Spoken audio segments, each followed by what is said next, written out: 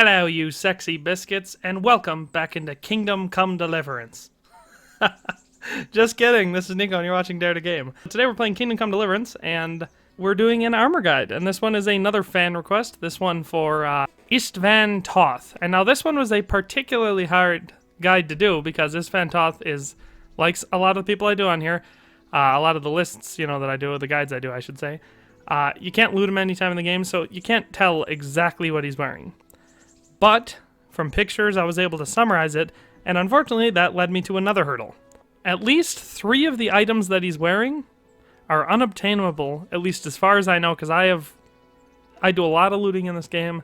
I've got a very large collection of clothing, weapons, all that sort of stuff, and you can't get them. So for one thing, here's a spoiler alert. So if you'd like to avoid spoilers for the main story, just turn back now, because this is a major one. His primary weapon, at least for the majority of the game, is Henry's longsword, the one that his father makes at the beginning of the game. And he can't get that. So, for starters, that one's off. So I just picked a longsword that's similar and looks kind of the same, so that's what we'll be sticking with for this one.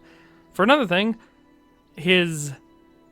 everything he wears on his torso you can't obtain it. There's a specific jupan that he's wearing that is, I've never seen it in the game before, and also the shirt he wears under it. I wasn't able to match one to that either, so I'm guessing that both of them are unobtainable. Which after the Band of Bastards DLC, I'm pretty disappointed to say that that's actually pretty common practice for Warhorse. We all knew before that you couldn't get a hold of Sir Divish's or Lord Hanish's or Sir Radzig's, their unique stuff.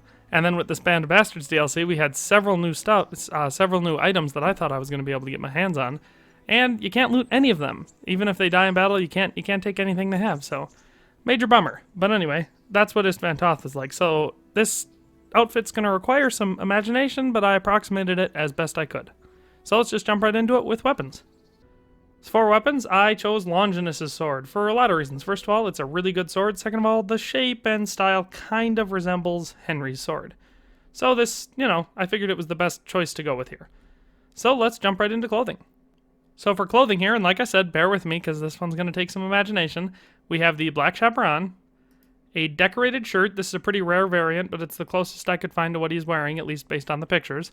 Some fashionable black hose, golden spurs, leather gloves, a necklace, noble's dark shoes, and a signet ring. So that's the clothing that I was able to find for him. And now just bear with me. So let's go to chainmail.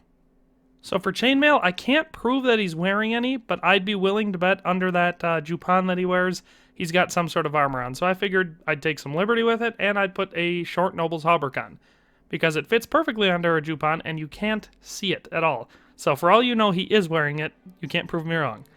So let's move on to the final, armor. So here for armor again, this one is again where I'm taking a little bit of liberty. I figured, since it doesn't puff up much and it would offer an awful lot extra armor, I figured he might have an Aachen Dark Brigandine on underneath his jupan. So I decided to add that to this outfit. And then I did find the chausses he was wearing. They're the bluish black variant of the Saxon composite chausses. So you can see them on him there. Okay, so that's what he looks like so far. So the final level is the jupan. Now unfortunately, this is where I ran into a major snag. The black jupan he wears, it's just a plain one. It's not the quartered dark one, although that might be closer than the blue one. I just figured this one would be the one to go with because it's one solid color. You can't get that black jupan anywhere. So this is as close as you can get. And there's actually 2 variants of the blue combat jupan.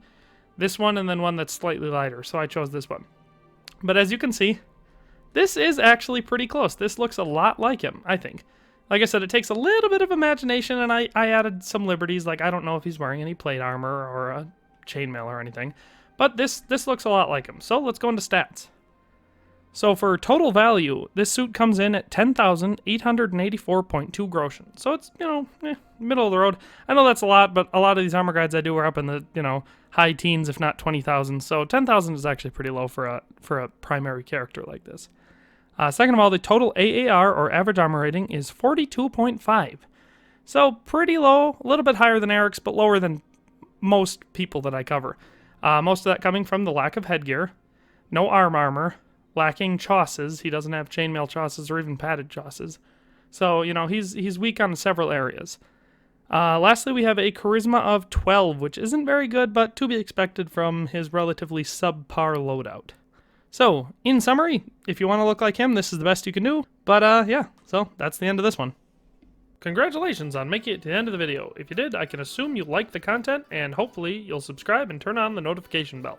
If you haven't already, check out these links I have on the screen to see me on Twitter, Facebook, and Instagram. If you like my content and would like to support what I do here, there's a link to my Patreon account in the description, and a donation would be much appreciated. In any case, thanks for watching and have a nice day.